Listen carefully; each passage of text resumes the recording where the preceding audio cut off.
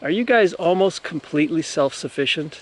Not far from it. You guys have no utility bills and pay almost nothing for food, huh? The structure of the roof actually were from logs that were salvaged from Lake Superior. So you've been off-grid since 1982? Yes! You were off-grid before off-grid was cool. So you were on the TV series Alone? Yeah, I was. Right here. What was the hardest part about being on the show? You built the house mostly yourself with a little bit of help. Right. So you have wind power? You bet! Of course, they're not using it now, so it's not latched. Oh, wait! Oh! There is someone! Oh! On a day like today, a sauna would be really nice. Come on in, I'll show you. Right here we have some venison roadkill. How did you guys meet? Rock Hopper here, and I'm here with Ann and Tom, and they've been living off-grid since 1982 in the Wisconsin woods, and they're going to show you how they live and how you can become more self-sufficient. Tell me about your house, Tom. This is all log construction. You always have to think about how you're going to build these logs. Cut locally and milled locally. We have them taken to a sawmill and slabbed off on two sides, and then we could fit them together with a little bit of insulation in between them and spiked together and cut out for the windows and stuff. All the materials in the house were local, within 50 miles from local sawmills, local forests. Salvaged cedar paneling. We had the basement poured by a neighbor who does concrete work, and then after that we started working on it. It was mostly just me, holes for the windows. We spent maybe the next year working on putting in all the windows and the flooring, plumbing, electric and stuff. Okay, so it took you about a year to build. Right. You guys have no utility bills and pay almost nothing for food, huh? That's pretty close. Yeah. We do have one utility bill, and that's for the phone. What's that? It's the phone? It's an old phone. Hello? Is this the past? Oh, okay, this is a connection to the past. Hey, well, thanks for calling. Well, yeah, I'm enjoying this place a lot. Thanks. All right, talk to you later. Bye. Make no bones about it, that is one old phone. So you have property taxes and a phone bill. Is there anything else? Car insurance. Repairs we can't do. Auto repairs that you can't do? Right. Tell us about your solar system here. Walking around this place is like going through a history of solar panels. We have some that we bought used from the 1970s to date, and this is one of the earlier collections of solar we've had. They're on a movable panel. You notice this one is vertical. It can be adjusted outwards, so it's at a different angle. When the sun is low, we leave it more vertical, because when it snows, the snow drops off it easier. How many watts do you have total on this property, would you say, between these panels here and the ones behind you and then the ones over there? Probably around 2,500 watts, a 2.5K system, they call it. And that's more than enough to supply your house most of the time, would you say? Most of the time. Quite a bit of demand for electricity. Freezers in the summer and into the fall. That takes quite a bit of electricity. So what all would the panels run? How many freezers? Pushing the max right now. I think we have about 4 freezers going. A couple small and one I think is 21 cubic foot, one 15 cubic foot. Tell me about your passive solar going on here. Well, of course, we're looking at the east side of the house here, but around the corner we have large south-facing windows. We have an overhang that prevents a lot of sun from coming in the summer, but in winter when the sun is lower, we get a lot of solar incidents coming in, and once it gets to January and the clouds have moved off a little bit, initial snows have fallen, we get a lot of sun that heats the house coming in from our south-facing windows. So you guys must use a lot of wood in the winter, huh? Yeah, we use a lot of wood in the winter and a lot all year, actually. Cook with wood. In that building over yonder is our jam kitchen, certified kitchen. We have a wood cook stove in there. We make about 2,000 jars of jam on a year, maybe a few hundred jars of cider, and we'll do our personal canning in there at times too. We're opportunists with wood.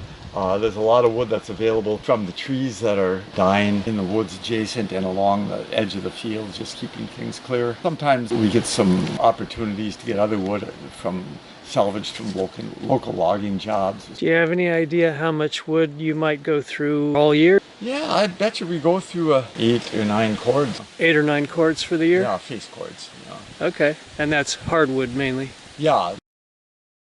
You did it with mostly materials from other places that were repurposed? A variety of sawmills. There was one at the Bad River Indian Reservation. I got a lot of stuff from them. Planer didn't work real well, so there's a lot of tongue and groove paneling that didn't fit together quite right. Used my knife, worked the grooves and the tongues a little bit so they fit together better. The 2x8 rafters that formed the structure of the roof were from logs that were salvaged from Lake Superior that had sunken during the heyday of the logging industry up there. There's really no finish in the house in terms of paint or that sort of thing. We wanted a non-toxic environment. So there's 3 sheets of sheetrock that I think were used in the bathroom, but otherwise the logs are just natural. And you built the house mostly yourself with a little bit of help? Right. The roof boards were a pretty easy thing to get help on. I had a friend who was an old homesteader who was really handy at putting in block chimney, and I had never put in a block chimney, so I had him come over and we did it together. But I learned a lot that day and it was real helpful. This was built in '83. All right, well, let's go have a look inside. Yeah, let's do that. Come on. Okay. Shoes off, and we're coming into the house. Yeah, this porch was added after the original house was built, and it has some used built-right sheathing material here, and I think I salvaged most of those 2x4s and 2x6s from an old building that was on an adjacent piece of property. I cut the oak boards and I had took those to a sawmill, the oak logs for the floor, and had them sawed there, and then took them to a place to get planed. Coming into the main part of the house now, and yeah, it's a pretty nice and cozy house.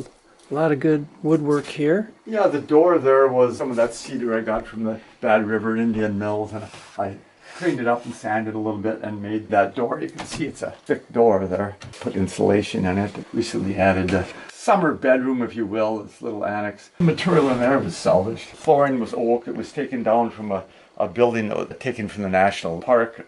I got on bids and I took it apart, and that's where this paneling came from too. It was all originally installed in a different building in about 1956. The Chamber of Commerce in the city was remodeling, and they took that door out, so we got that door for free. This was at an auto junkyard. The fellow had a bunch of old style roofing metal, and that's getting to be pretty popular now as an interior material, so we got a bunch of sheets from him and put it up in here. The insulation for it was from a local farmer who farmed sheep, and the price of wool has plummeted, but he had these huge bags of wool we were able to get for insulation in the walls and the ceiling, so at a cheap rate. And that's pretty efficient insulation, right? Yeah. This sliding glass door, looks good, works just fine. There was a remodeling job that was done in Bayfield. I think they wanted to go to a larger door, so they did, and this one was available free of charge. In the summer, we were living in a tent, yeah. While you were building this place? Like most people, our bedrooms are upstairs, and we don't have air conditioning because we're off-grid. Even with the windows being open, it wasn't enough air. It was just too hot to sleep. So we started sleeping in a tent. We had a back porch here, no roof, but we recently put this addition on, and it's all recycled materials. This was used from a dumpster, this sliding glass door. This whole room is very airy, and it's lower, and it's in the overstoried with oak, so it keeps it cooler. Hasn't been too hot once. This corner cabinet she put it out on the curb to wanted to take it. We saw it first. Good score there, grabbing that. Right. Let's look out here. We'll have a quick look over here first before we leave this room, and we'll go in here and have a look. Go ahead and lead the way. This is the living room that we never use, but It looks lived in. This is our Easter Island figure here, cast iron statue. If you looked at some of the Easter Island pictures and stuff, there are some number of figures with this blocky forehead and stuff. But it's a stove made in Norway. I've had that since 1976 and burned in it every year but 2 years. It's a beautiful stove, really efficient. The doors here I made out of ash. It's one of my favorite woods, black ash and white ash. The lighter stuff is white ash and the darker stuff is black ash, but beautiful grain pattern on it. Logs that were in the house were a fitting job on a jack pine plantation, and there are a few red or Norway pine mixed in too. And we'll go take a tour of the kitchen. Okay. So we're coming in through the dining room here. This cluttered table was My Uncle Ted's. Oh, yeah. Who was a character and a farmer. Tell me about this cook stove. What do you got going on here? This is the heart of the kitchen, the wood cook stove. It's where everything happens. There's drying going on and different things. Where we heat our water inside here. Inside there's a water jacket right there. See this little thing right there? Yeah. It goes right over here. And there's these pipes. So this pipe is pretty hot right now. So the water is plumbed to come through there, and it's naturally, because heat rises, so it's a thermal siphon loop, and so that the water comes in, goes upstairs to where there's a tank, and then as it cools it would come down, but it keeps on circulating and adding, so we always have hot water. Do all our cooking on here, baking. Actually, I'm drying jugs right now, so I love cooking with wood because I can put on a pot of soup or something and then I can leave and it's not going to burn. And there's different heat parts. So this back burner is the hottest. This might be the next hottest. Sometimes this might be the hottest. And then it's just lukewarm over here. And this is how you get all your hot water for the house. Yeah. And you always have hot water. If we're using the stove, we have hot water, yeah. No energy that we have to give it. It's just hot water's energy of going up. Yeah, it's a 55-gallon tank up there. I found it at the dump. Took my chances on it. I think just the elements were burned out on it, but the tank is fine. Had it in here for many years now. And plumbed that together myself there. It's kind of a fun project. Are there any other ways that you might heat water? We actually have a little emergency stove in the basement with a water tank that we can switch over, and we can get hot water in 15 minutes. Let's say we were gone for 2 or 3 weeks and, oh boy, I need a hot shower. We can actually do that. I got some stuff drying, looks like right there. Peppers. Peppers drying. Yeah.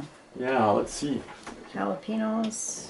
Sweet Jalapeno. peppers. You put these on today, did you, Ann? No, those have been on there for a little while. Yeah, but see how they're shriveling up and stuff? Yeah. Put those in gallon jars and store them. Do people still barter around here? Oh yeah, all the time. We do a lot of bartering actually. Just last week we had somebody, she came and watched our pigs and fed them and the dogs, and in exchange we let her pick a bunch of raspberries. The system of bartering with people that want to help at the farm, and it'll be like a work trade sort of thing where they come and work for a morning or an afternoon, and they get a box of fruits and vegetables, and they generally do that once a week. And then sometimes there's straight barter where somebody might have a bunch of eggs and somebody might have some produce, and they just swap across the board. Oh, right. There's that too, and those come up semi-frequently, but a lot of times it's spontaneous. Well, I've got something else I could trade for that, and done deal.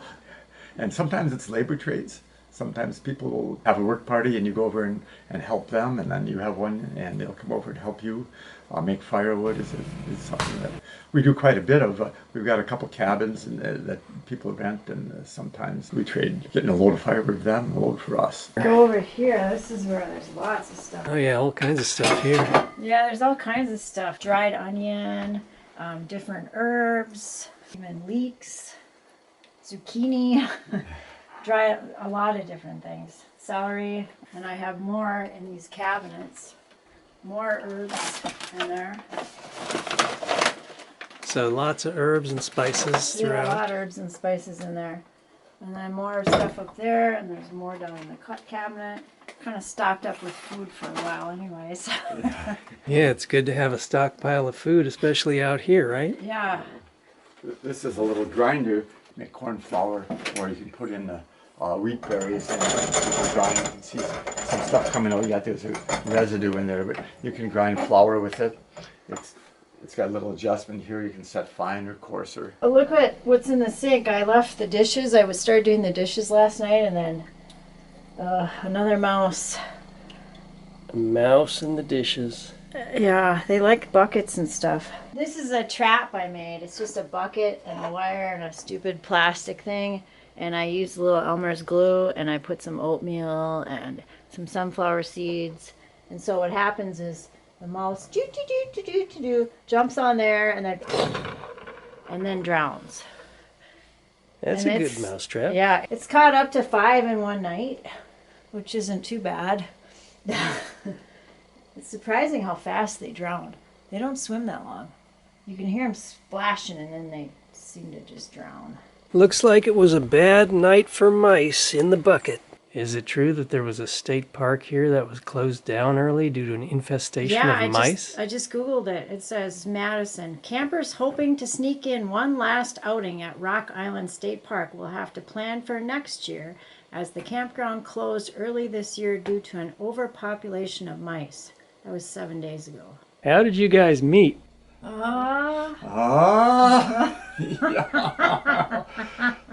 was a electronic dating site. It's called farmersonly.com. I actually Googled it and I was like farmers dating site, because I had tried like match.com, but it was kind of expensive. But this one was cheap, $10 a month or something when I signed up. So I paid my money and there he was. She got what she paid for. Being that I'm cheap too, you know. She met some of my criteria, and she wasn't that far away. I was in Grand Marais, about a 4-hour drive. So we emailed or messaged back and forth for what, a month or two? I think so, because you were on the verge of leaving to go visit your parents in Georgia. Yeah. So what did that ad look like? Frugal farmer seeks cute woman not afraid to get her fingernails dirty? Or? Something like that. Yeah, he mentioned something about having like acorns in his pockets. Oh, did he tell you he had a big acorn in his pocket? Never mind. I did say I had an above average nose. Didn't lie on that one, did I? I actually had seen him speak at the organic conference. It's called Marble Seed. It's the biggest organic conference maybe in the Midwest. It was hilarious. He was talking about apples and grafting apples, and he was co-teaching with another guy about apples. And I remember thinking, boy, that guy is... I didn't think he was cute. I just thought he was hilarious. Because he was really funny. He was like the goofball, and the other guy was a little bit more serious. And then I went to the grafting workshop afterwards, and I learned a lot, I remember. So now he's grafting limbs with you. Exactly. What is that? It's a cabbage called Filderkraut. Filder. It's an heirloom cabbage from Germany. I got the seeds in it. It grew really well. I think there's a festival in Germany where they actually celebrate this cabbage. They make it into kraut. Tom's sorting out the mini kiwi fruit here. And then Anne's over here cooking on the stove, which is quite an old stove, probably around World War II vintage, I would say. Yeah. Because you can actually flick it from wood to coal. Right now she's cooking on the wood part, but there is this little lever down here right there where you can flick it over to coal. Just with this tool. Yeah, and you can kind of see, let me see if you can flick that over just a little bit there. Right there it says wood, and then you can kind of see the C. I think there's a With piece the of fire wood. going, there's a piece of wood jamming the grates that are from turning. Oh. Did it go? Ooh. Oh, there you go. Yeah, you can CO. CO. We're gonna have lunch here at the homestead. What are we having today, Ann? Mostly leftovers. Green beans with red pepper and some spices. Of course, we grew these pickles. I made those. This is some beet greens. I actually sold all the beets and then saved the greens because I love beet greens. With some beef and some tomatoes and stuff. The beef is ground beef that we traded for at the farmer's market. Organic beef. Everything's organic. Some melon, tomatoes that we grew, arugula, because who doesn't love just an arugula salad? There is a little bit of brown rice. I didn't grow that. And there's a peach cake for dessert. Ooh, that sounds good. Yeah. Peach cake right there. We grew the peaches. It's almost freeze-up time, but we're still pulling them off. Yeah, you grew the peaches right here. Yeah. So everything that we're about to eat, pretty much, except for the rice, was grown right here. Yep. Took pickles out, but anyways, this pickles I now make every 3 years because like last summer I made 100 jars like this, and that'll last us like 2 or 3 years. So I won't have to make them for another 3 years, so we don't have to go through the whole business of You know, making sure we got all the hot peppers and dill and all that stuff. I put grape leaves in here too for the tannins instead of using alum. You know, tannins tighten or whatever, makes it crispy, so that works. There. Part of the process too is planting the. We plant a lot of cucumbers for market. And the seed lasts for 3 years too. The year for pickles. This is using Wisconsin's greatest resource, the cold air in the winter. This is just an old refrigerator. Right now I'm storing like dried goods in it because it's not real cold, but you can see the outdoors. It has a screen there to stop the rodents from coming in. Okay. Yeah, there's 2 holes actually. There's a hole So there's below. a hole down here too. Oh yeah, there we go. Yeah. Couple of holes. So Yeah. that lets the cold air in to Right. this, and this is an actual old fridge, right? Yeah, it's an old fridge. So, and then it's pretty insulated. So, I love that clunk. Yeah. And it's mouse proof. Yeah, it's mouse proof too. Okay, because you've got a real problem with mice here, and that's why you're hanging this corn up here. Is that right? Yeah. This is corn hanging from the ceiling. This is all that you have left? This is all we have left. They tore it all down, all the rodents this year. It's pretty bad. This is a nice corn for making cornbread or tortillas, but this is all that's left. So like we had this somewhere else, and the mice were like getting in these little cracks and moving the corn around.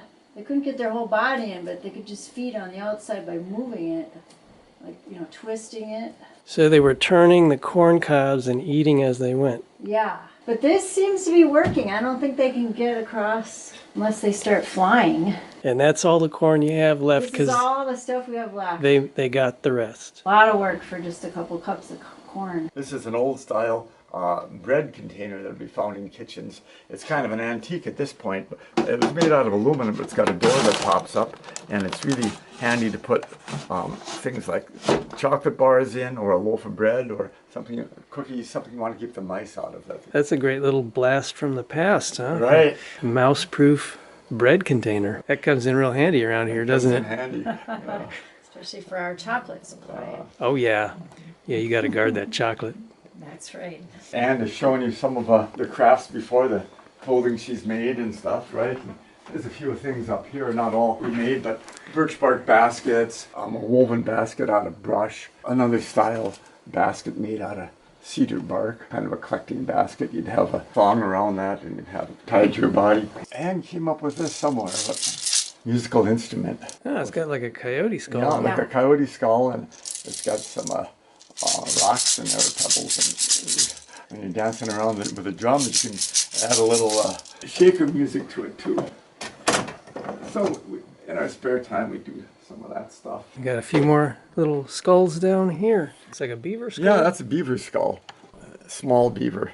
Yeah. Got a toothy grin there, eh? That was a snuff jar. Used to sell chewing tobacco in that, and they use those in logging camps. They'd be found a lot. And I had a couple old cousins that would go to logging camps and look around, look for artifacts there. They'd say they usually try to figure out where the outhouse had been, because a lot of these guys would, you know, have their stuff in the outhouse and they'd chew it up, and the jar would be left. What do I do with that? And they just flip it down the hole. That's one way that people found old bottles as well, because they might be out there, you know, having a drink or something, or Right. just toss it in the hole. And then 100 years later, somebody comes along and finds the bottle. Nice little view out the window from up here. The window needs to be washed.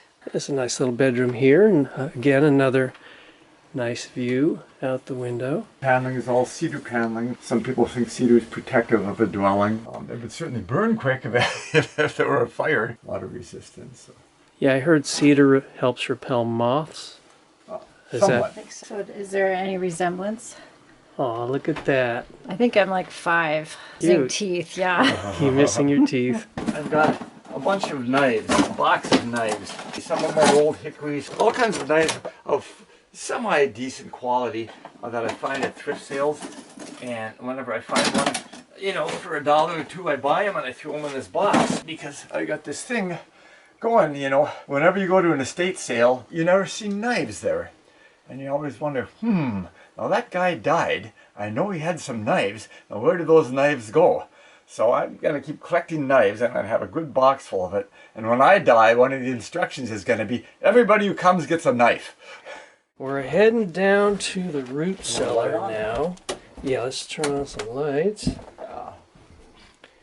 So we're down in the basement. Old style latch that came off my father's barn years ago. I figured I'd repurpose it to the root cellar. And we'll get a light on in here.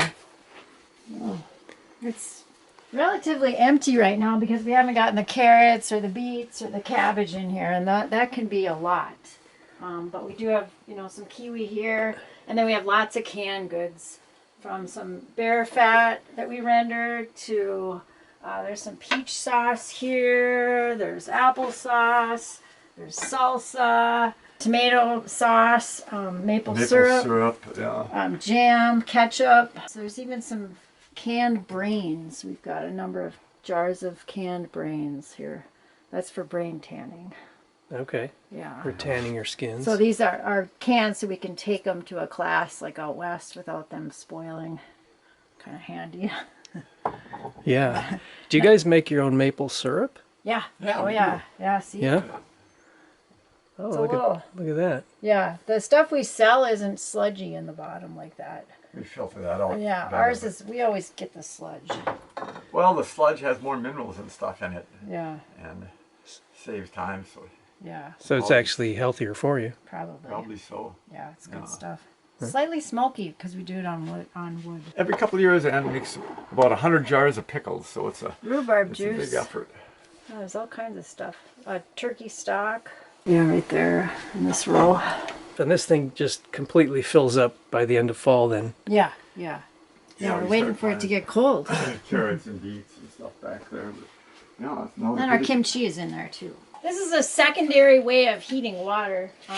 The first one uses the wood cook stove, but let's say we were gone for 2 weeks, or we weren't able to use the wood cook stove because the pipe got rusty or a hole or something, so we had to use this. This is a hot water heater from Mexico, and basically we change the switches. Then we can change where the plumbing goes. So if we put both of those little red handles down, then we can use this thing, and it takes about 15 to 20 minutes. Has a tiny firebox. You just make a tiny fire in there, and it heats the water up. And it's a smaller water tank, but it's, you know, it's good for a shower or doing the dishes in hot water or whatever. So just in 10 to 15 minutes, you can throw some wood in there and have a nice hot isn't that neat? hot water. Yeah. That's fast and that's cool. Yeah, it was a used thing. Like everything we have is used. Okay, so you guys are real big on repurposing Yeah. and recycling and all that stuff. Oh yeah. Tell me about this washing This machine. is a ringer washer, and actually you can plug it in, and it this thing agitates, and then you turn this on, and you don't want to get your hair caught in it, but this is how you get the water out of the clothing. That's what we use for washing our clothes. We've tried regular washing machines, but the off-grid system seems to make them not work. This is a sturdier machine running off of our system. It seems like it works better. Good old-fashioned sunshine to dry our clothes. The solar dryer. Yeah, the solar dryer, yeah. That's what we use. Yeah, it's very cost effective. Yeah, and labor intensive. What do we have here, Ann? This is 2 batches of wine. This is a new batch. This is strawberry, and that's aronia. And aronia is a superfruit 5 times. But we're going to turn both of these batches of wine into vinegar just by giving them some air and some mother, and then we can sell vinegar. We can't sell wine, so a good seller for us. But you could drink some wine yourselves. Yeah. Yeah, I'm done kind of drinking. You made this wine, Tom? I could have. 2003. Yeah, it's hard to remember back exactly. What kind of wine is this? Rhubarb. it says. Let's try out this rhubarb wine. More? You know, it's not bad. I'll try it. I'll try some more. There you go. Thanks, that's good. That wine's got a little bit of a kick to it. What do we have here? This is some lion's mane mushrooms that I traded for at the farmer's market, locally grown mushrooms, and there's a little eggplant in there, and a little meat, and parsley, and garlic, and it doesn't look as good as I'd like. I have several of these paintings from a relative in Poland that were done in the 1960s, sent to my mother. We're Polish ancestry, but that's a pastoral scene that reminds me a lot of where we live.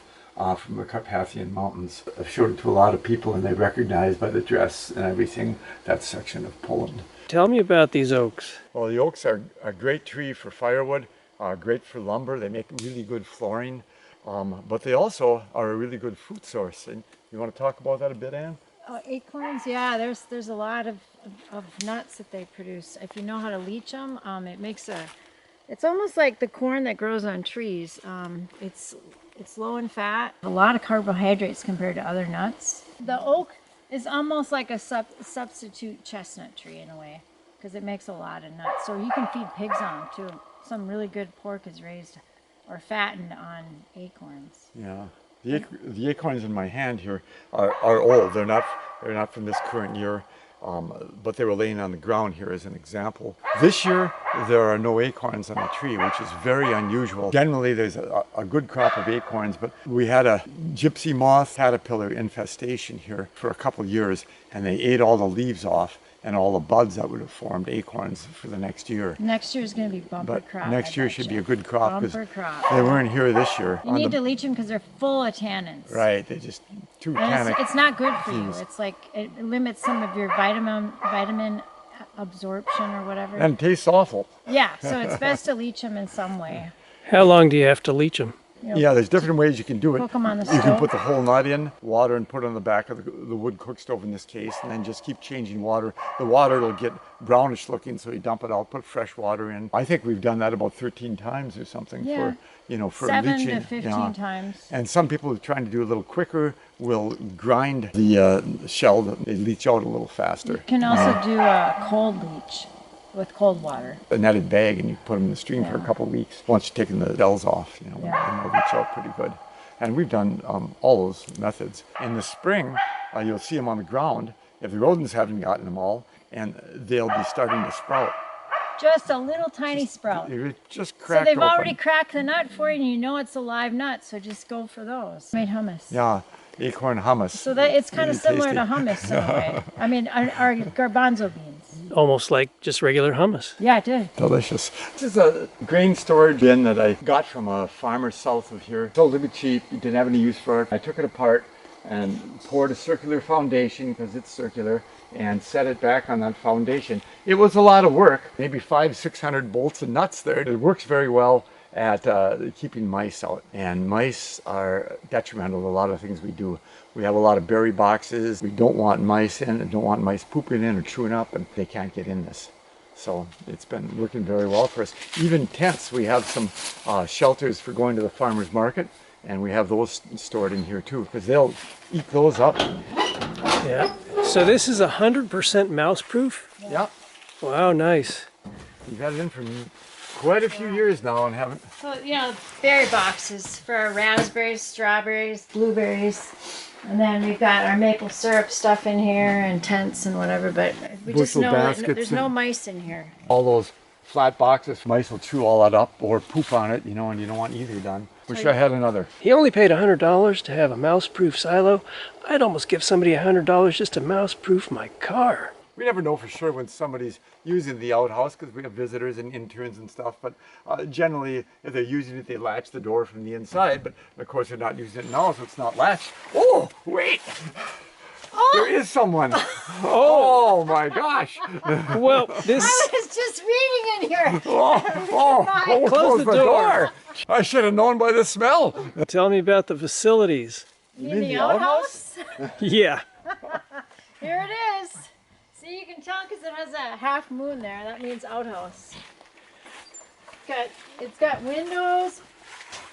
These little got spit cobwebs. shiny cobwebs. It's got some washboards and little antique stuff.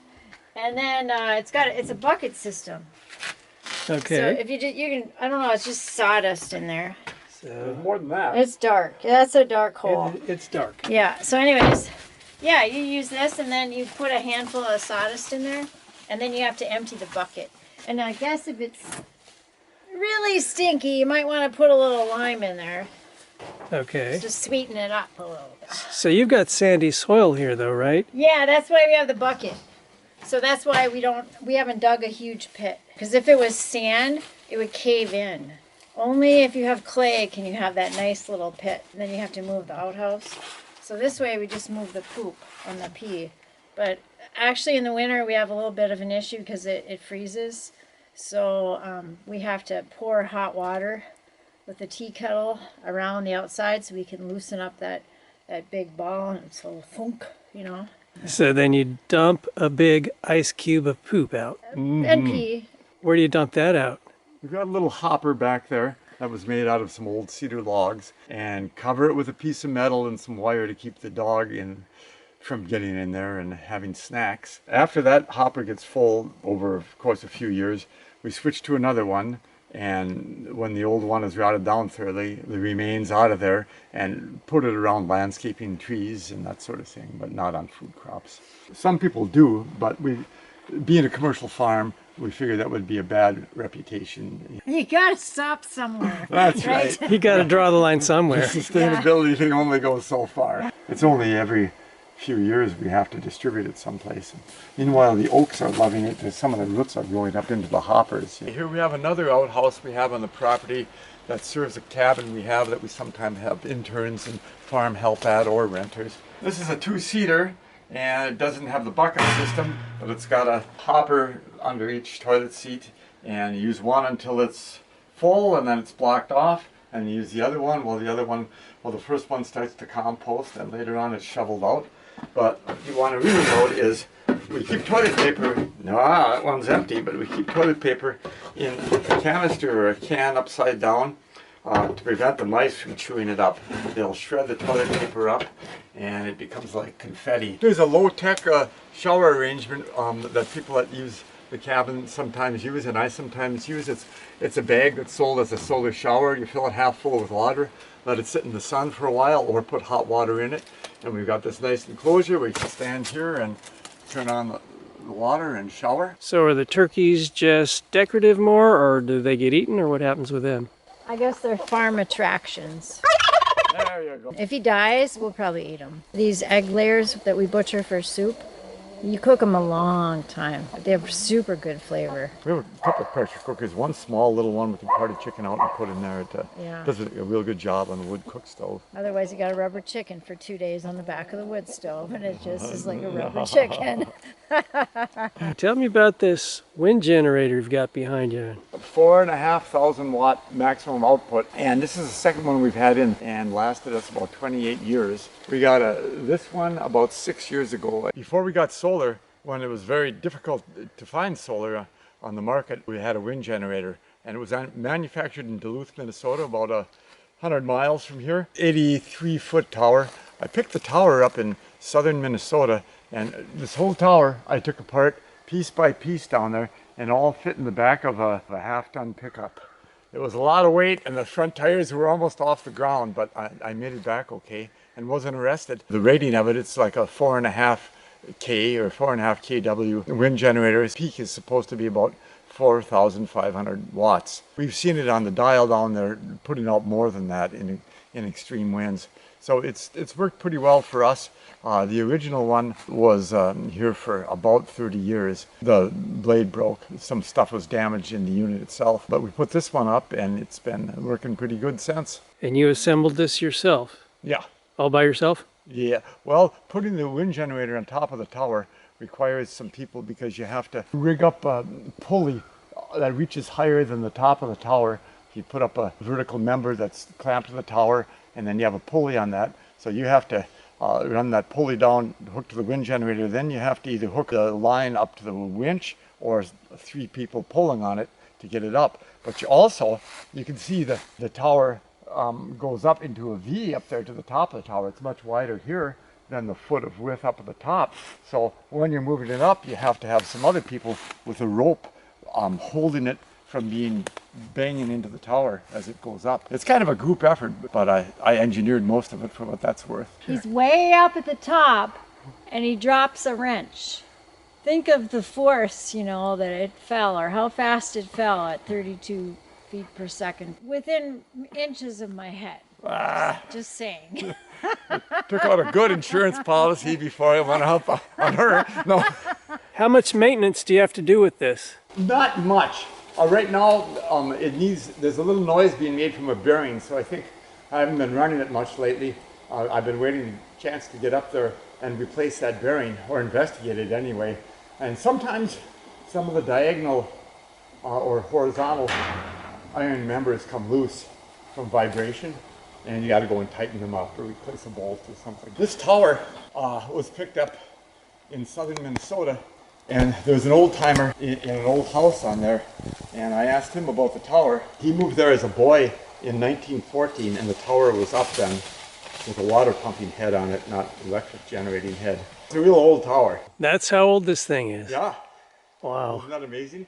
It was all galvanized. So a lot of the stuff that people think are all new things, they're really not at all. They're things from the past. Right, yeah. So all this off-grid and homestead stuff that they think is newfangled, it's not at all. It's just taking stuff from pages of the past history. Right, people buy these big gas generators now. There's a hurricane or something, the power goes out, it'll automatically start, you know, and they actually had that function back in the 1930s with the Delco light plant, which some people use for to charge batteries, and some people use it as a backup. But whenever the battery voltage would drop to a certain level, it would automatically turn the Delco generator over and it would start.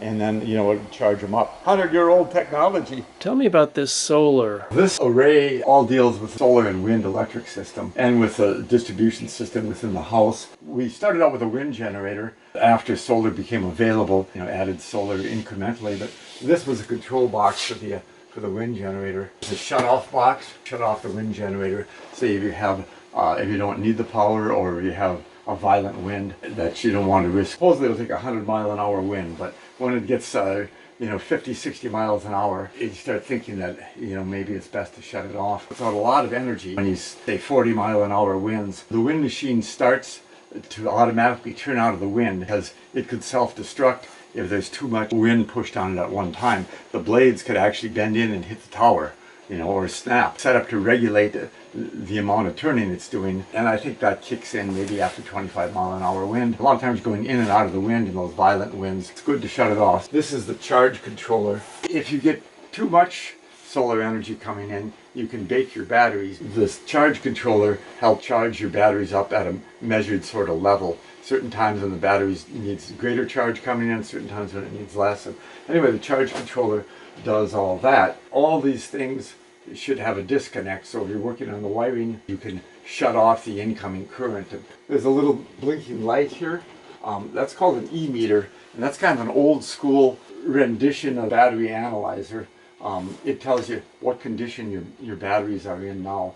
Keep a handle on the condition of the batteries. We have 2 gas generators. Not that we need the gas generator that much or use it that much, but you want to make sure, because we have a number of freezers running and a lot of stuff in there we don't want lost. You know, I sometimes talk to people that are with the Rural Electric Administration, with the co-ops, and they have power outage for a week and everything in their freezer goes to heck. We don't want that because we put a lot of energy into the meats and the vegetables and the fruits that are in that freezer, those freezers. So if it gets low, start a gas generator. And we have 2 of them because we want to make sure that one works, you know. And they're both Hondas, which are very reliable. Start them like once a month anyway, and they'll be more likely to start when you actually need them. When we're down to 2 bars is usually a good indicator to start a gas generator. An inverter, it changes the battery current to regular household current.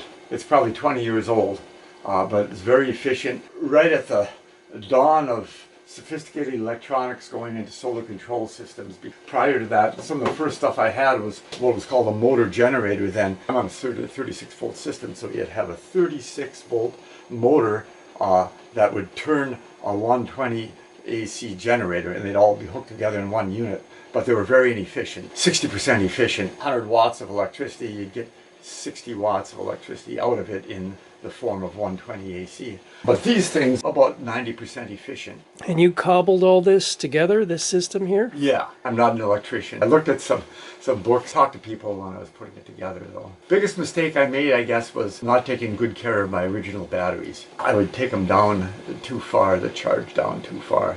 Now, you know, I check daily. This is the way I come in and out of the house. I always see that light blinking, and when it blinks, and look at the sky, and it's kind of cloudy, or oh, I see the sun's coming up, it'll be okay. So it's an active, active participant system, but it works well for me. If the sun isn't shining for a period of time, generally speaking, you've got the wind turbine to compensate and give you extra additional power. Right. We get a lot of freezing up of the lake and a lot of lake effect snow daily almost that comes from mid-November into mid-January. Your solar is limited then, and a lot of times your collectors are full of snow. You go up there with a brush and brush them off. The batteries that I currently have were 8 years old when I picked them up. And they're large 2-volt cells, about that size. They're 250 pounders. So I have a 36-volt system, so I've got 18 of them in there. I've had them for 16, 17 years. They've been going bad gradually over the years. So I take them into the scrapyard.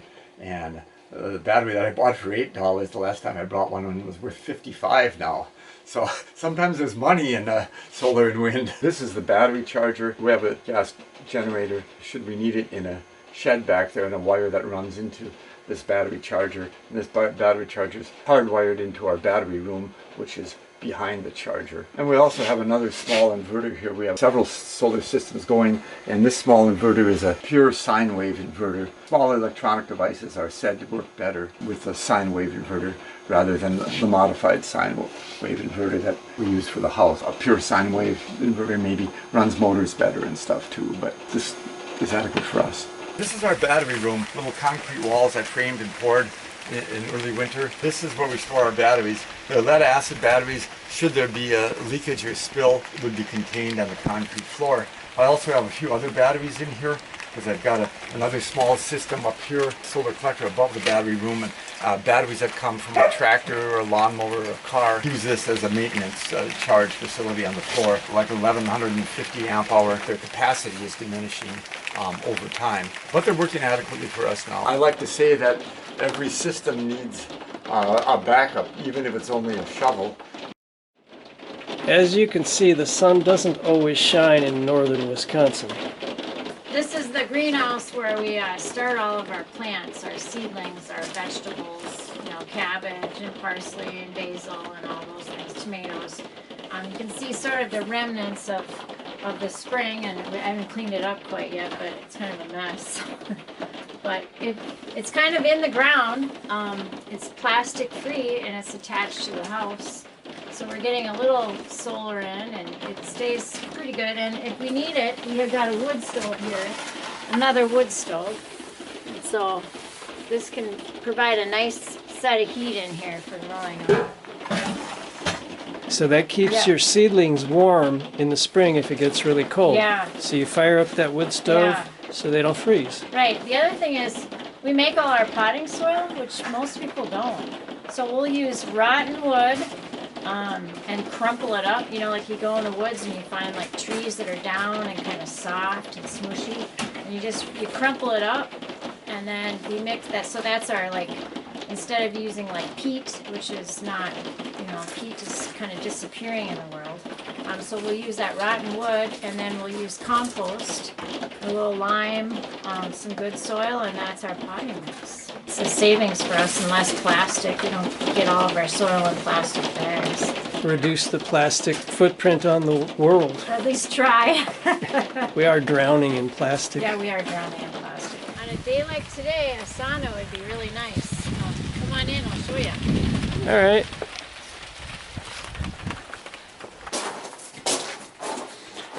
Cool. Yeah, so you can get some light coming through these bottles. See?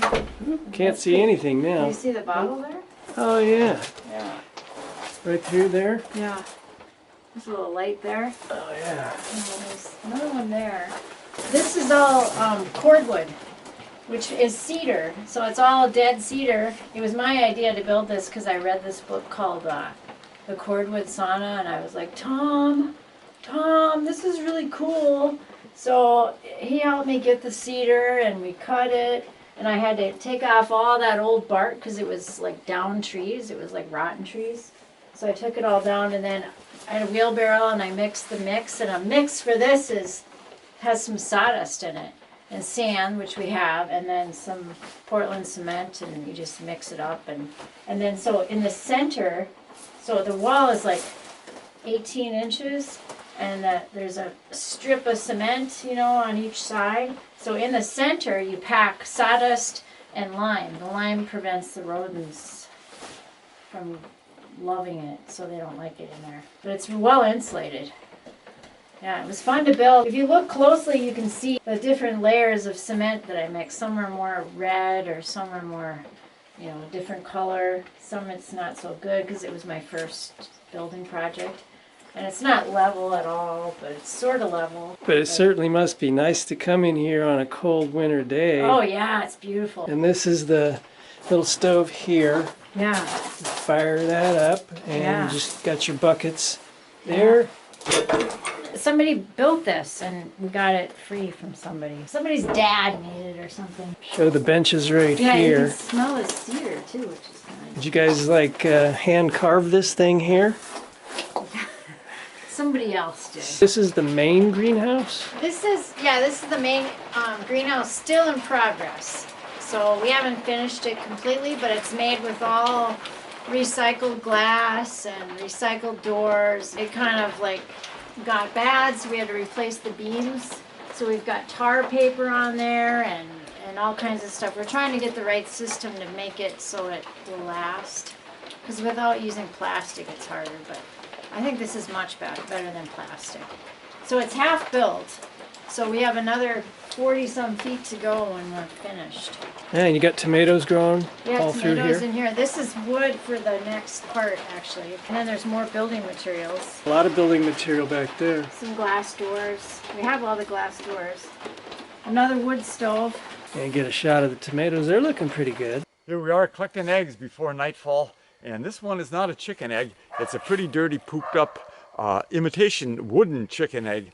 And we put these in the nest sometimes because you sometimes have a chicken or two that likes to eat eggs and will go in there and peck through the eggshell. This discourages them because they're hitting this, and maybe they think the rest of the eggs also are not real eggs and they can't get through them. We're just about ready to sit down to dinner, but first let's talk about roadkill and dumpster diving. Right here we have some venison roadkill. It's just some ground up meat. We do a lot of roadkill deer actually, when we can find it. So then we can save the hides too and make clothing. Yeah, the roadkill deer success has been diminishing in the last few years. There aren't as many deer in our particular area here. Many roadkill to be found, and there's also more people looking for them.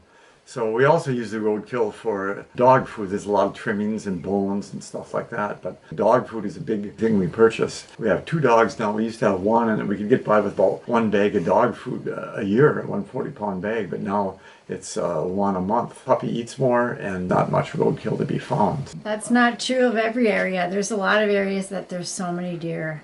I mean, if you see roadkill, like, learn how to do it. You know, it's just you skin her out and you start working on the animal and get those guts out. If you start working on it and you smell something you don't like at all, like the meat doesn't smell good, it's probably not good. Or if it's bloated or full of flies, probably not good. Yeah, you want to get an animal that's fairly fresh. Still warm is nice, but not necessary. Check to see what the injury's like. And a lot of times it's not a very significant injury, but sometimes innards are busted open and there's all kinds of vile stuff from the intestines. You want to stay away from the real ragged looking deer unless it was for animal food. You'll get a sense for it after a while. The more you do, the better you get. Gotta start somewhere, right? And roadkill doesn't have to stop with deer. Gray squirrels would be a good chunk of meat you can get on roadkill too. Yeah. And there's lots of gray squirrels around, at least in this area. We use the meat ourselves, or if it's not up to our standards, give it to the dogs, and we save the hides. We do classes in brain tanning mammals, starting with squirrels. The gray squirrel makes a pretty tough brain tan hide. So. Tell me about dumpster diving. Right here we have some dumpster bread.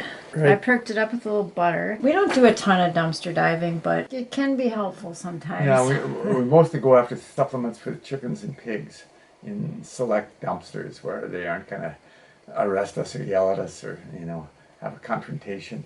And there's not many of those. But sometimes we find a little tidbit in there, a banana with a bad end, or a loaf of bread like that on top, or found a mango that had one bad spot on it. Generally, there's not a lot we get, but sometimes. Some stores, Right. like in other parts of the country, have a lot of stuff. But even you have made some pretty good finds. Oh yeah. You can get some really good stuff, Almost huh? every time we go there, sometimes in spring, I find potatoes that are starting to sprout, and they make very good seed potatoes, and they're organic, you know. If the sprouts are small, you can knock them off, eat the potatoes, but otherwise, save them and use them for seed. We're about ready to start our meal. So what do we have here tonight?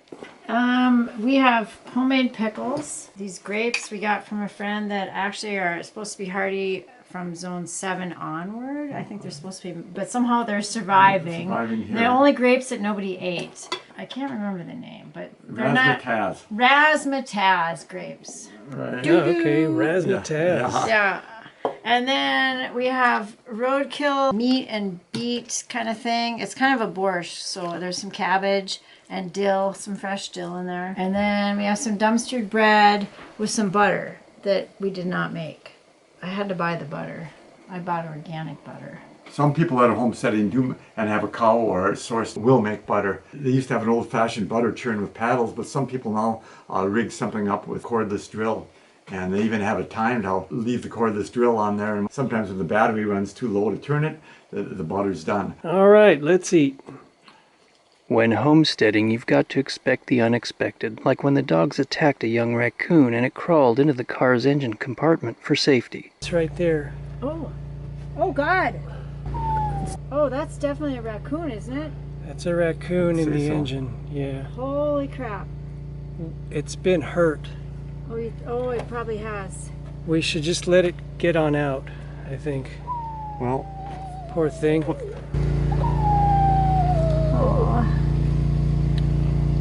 I think we should just back off and leave it to get out by I know itself. how hard it's breathing. if it gets out, otherwise we could pull it out. You could. Where's the head, though? It's stressing It's pretty down there. badly. He's like crying. Yeah. Okay, buddy, you gotta get on your way.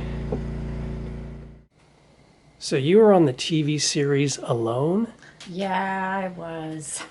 That was 2 years ago, actually. Right here. Wow, Yeah. check that out. How'd that go? Just applying. I mean, I applied in the spring of 2022, so 2 years ago, and I didn't think I'd get it on at all. I mean, my mom had just died, and I was with my dad, and I was just like hanging out with him. And Tom, my partner had applied, and he didn't get on, so I just thought, I'll just try. 2 days later, I got the call from the casting person. So then it was like this whole journey of filming myself, getting a cell phone. I didn't have a cell phone. Getting a cell phone and learning how to self-film and all this stuff. But I went through the whole process and all the checkpoints, and somehow I ended up on Alone. How staged is it? Alone? Yeah. Not at all, actually. They do decide what film to use, but we film ourselves, the people on Alone. So we're given 4 cameras, and we just put the cameras up, and as we're doing stuff, sometimes you can strap them on. They cut and paste and might use some of the words and stuff, but they try to make everybody's story pretty much true to how it was. 40,000 people applied the year I applied. I had to make a shelter and film all that process. I showed different skills I had just filming it with my little cell phone camera. So I did. I shot the bow. I showed how to clean and gut a squirrel. I showed some of my deer hide clothing that I've made. Tan the skins, and they made clothing out of them. And somehow I got in the mix. I got to go up to Saskatchewan. Super exciting. What was the hardest part about being on the show? I think the filming. I think I was just so excited at being there that I wasn't thinking straight. Of course, hindsight is everything, but I think if I were to redo the whole thing, I would have done things differently instead of making a shelter and being really into, I got to make that shelter, that I would have maybe gone after the moose that I heard, banging away up there. It was in the rut. It was a male moose, huge moose. And you could hear him just rubbing his antlers like all the time. And he came through my camp one time. And once he came through the camp, I'm like, okay, I gotta get on this. But of course, I had to do all this other stuff first. I finished my shelter, I gotta do this, I gotta do that. I should have just gone after him right away. I also have never killed anything that big, so, you know. And just the thought of, you know, a 1,500-pound animal and trying to gut it, and then how to get the hide off. How do you even pull a 250-pound quarter? You know, how do you get that? And then trying to protect it, you know, so I was, you know, I don't know. So what would you eat mainly then? I ate some moss, that white reindeer moss. If you boil it a few times, it's kind of like cardboardy. I ate some wild cranberries. They're called lingonberries up there, I guess. They kind of soured my stomach. I ate a lot of mushrooms. Got one grouse. Tried to fish, so I was like always against the wind and wasn't having any luck. So I was swimming my lures out, and I dropped the lure. I swim back, reel it in. I made a gill net. Just was not very successful in getting enough food. I tried like making snares because I had squirrels around. I made a lot of snares and I wasn't able to get anything in the snare. I did hit a squirrel in the foot and he was not happy and he went up to the top of the tree and cried. I made many shots at squirrels and I just barely missed them. But I did get that one grouse anyways. And you lasted how long? I lasted 19 days. It didn't seem like very much time. It was a beautiful spot. It was in the fall. Quiet. It was so quiet. A lot of birds coming overhead that were migrating. Thousands of birds, actually. Very high up. There's no way I could have gotten a shot, but it was fun to hear them. And when you say shot, with your bow? With my bow, yeah. What finally did you in? I just got this severe weakness, and I think afterwards I kind of figured out that I was dehydrated. I just had no energy. When I tapped out, they brought me bone broth that was salty, and like one sip of that, and I could feel I was getting better immediately. It was lack of salt. I should have brought the salt, I think. It really got me. You know, maybe I was drinking too much tea, I don't know. But I could just feel my energy going down to the point where the last day, I mean, I would get out, I would stand up and I'd be like, okay, I'm going to go hunting. And I'd walk like 10 feet, my heart was racing, and I just was like, I gotta lay down. And usually I'm not like that, I've got a lot of energy. I made this for Alone, specifically for Alone. It's a nice heavy deer skin, brain tan. It's got black walnut on it to make it a little darker, plus the smoke, of course. And then I sewed some fur trim. I think this is coyote. It was a raccoon roadkill on here, on the cuffs. This is really warm, and it's got a nice smoky smell. Yeah, roadkill deer skin. Okay, so it's all roadkill. Yeah, brain tanned. So you use the brains to tan it. So you scrape all the fur and all the fat and stuff off, and then you got a nice clean white stretchy hide, and you get it dry, and you put the emulsified brains, mix it into the skin, and then you work the skin so it will have this much stretch, like you just keep working that skin until it's completely dry, and you'll have a nice white, super soft skin. But if you get it wet, it'll get hard again, and then you have to do it all over again. It can take 5-6 hours to get it soft, and then you smoke it, which gives it a tan color. And you made some pants as well? Yeah, I made pants. I wore these on one too. They're kind of short. These are buckskin pants. I've had these for a number of years. These have gotten a lot of use.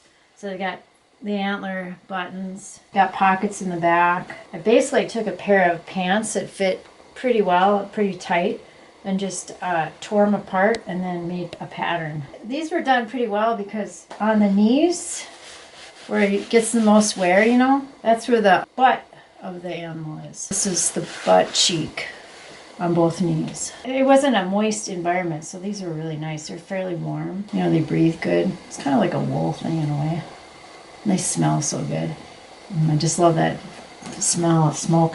What's behind the scenes and what happened after you tapped out? I didn't want to tap out, but I did tap out. They came and they got me, and it was kind of a production of getting me, but they gave me some nice salty broth, and then they brought me back to the main camp, and I was there for almost 2 weeks. They slowly fed us. They did a refeeding program because, you know, when you're starving to death and you don't want to just eat a bunch of food. It's not good. You can die. So if you start out with a few almonds and you build up. They were really good about that, you know, the whole feeding program and, you know, keeping us occupied. And there was a few of us that had tapped out, so we were kind of hanging out. Kind of fun. How much weight did you lose in that time? I lost 1 pound a day. So I lost 19 pounds. That's pretty typical. So it seems like a lot, especially I don't lose that kind of weight around here, but yeah, it really comes off. And then did the producers or somebody interview you after the show? Yeah, that's a big thing is the interview. So they have to watch all your film to know what you actually did out there. So that takes them a long time to, because you know you're filming when you're awake. So they watch all that film. They do a long interview that can be up to 5 hours, just kind of going over some of the stuff they saw, or you know, maybe a little family background. What sort of questions did they ask you? They asked about your childhood, and they asked so many questions. I don't even remember. They did throw a little bit of stuff about my mother in there that I wasn't real happy about, just because my mother was my mother and she's dead. So they can use some of that footage during when there's a lull. Maybe they're showing me like cleaning the grouse. I actually wasn't talking about my mother at that point, but they inserted that.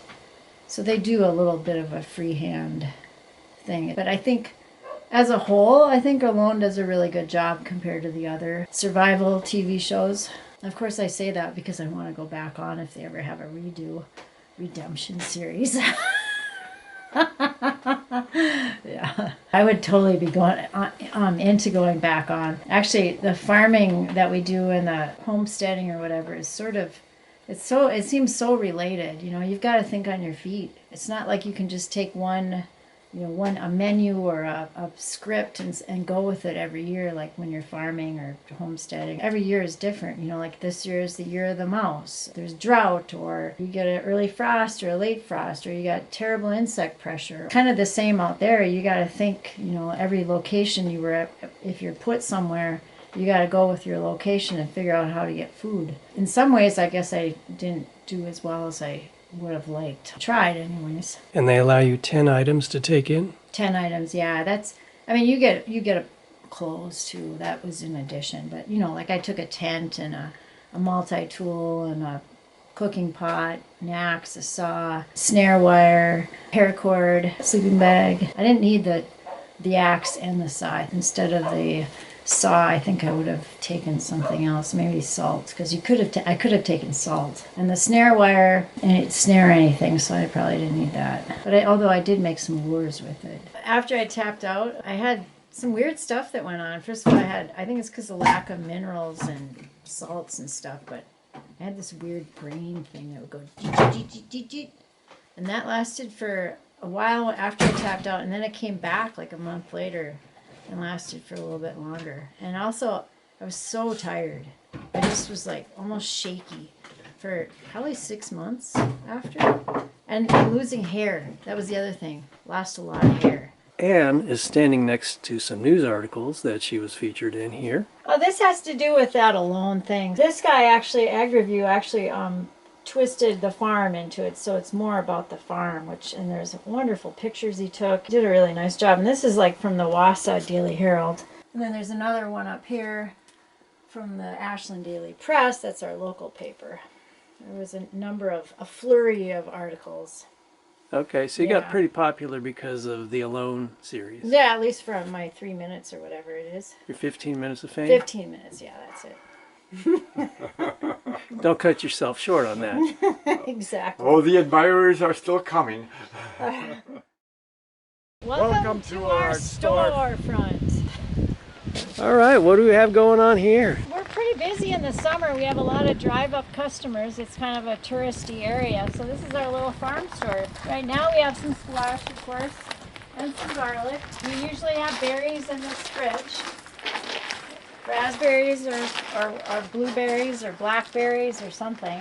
Strawberries. We have peaches right now. Yeah, a new crop for us. Hard to get a peach in northern Wisconsin, but this year we succeeded. And then we have a whole plethora of jams. We've got 32 varieties of jams and jellies. 32, wow. Yeah, and usually, like right now, we're sold out of maple syrup, but we have maple syrup, we have applesauce, pear sauce, vinegars. We sell some chaga and other things. Some jarred apple cider. Yeah. Yeah, even za'atar. This is something I make out of sumac. Oh, yeah? Yeah, it's a Lebanese spice. And we have dried pears right now in here. Yum, yum. Cool. Yeah. All your stuff is organic. All organic. Yep, and grown by us, All grown right here, right? right on this we property. don't buy in anything to make jam on it. Occasionally we have a customer who wants to look at the brain tan deer skins that we sell too. We don't have them in an obvious spot, but we have a fine material for crafts and clothing. So if somebody wants to buy some fresh organic vegetables, how do they find you? Come to Bayfield. We have a website. It's called northwindorganicfarm.org. You can also follow me on Instagram, which is Organic Farmer Ann with no E. Picking the last of the season's raspberries today, so we got a pretty good haul considering it's so late. Is there ever a time of year where you guys just go, oh good, we've got everything done, now we can just relax? You know how the human mind works. It's always reaching out. I guess in late January and through much of February, we kind of feel partly that way. And then pruning starts of the apple trees. And then we start thinking the seeds starting. And oop, it's kind of warm now. I guess it's time to tap the maple trees. So there's a slice of time there. So you might get a month off, you think? Yeah. There's hours we work, but that's a good time to go cross-country skiing and take naps and read a book, part of the day anyways. I hope you enjoyed learning a little bit about homesteading and off-grid living and self-sufficiency with Ann and Tom. Don't forget to give me a like on the video, share, and subscribe. Until next time, this is the Rockhopper. I'll see ya! Bye! Oh, come on, gobble. Gobble! There you go.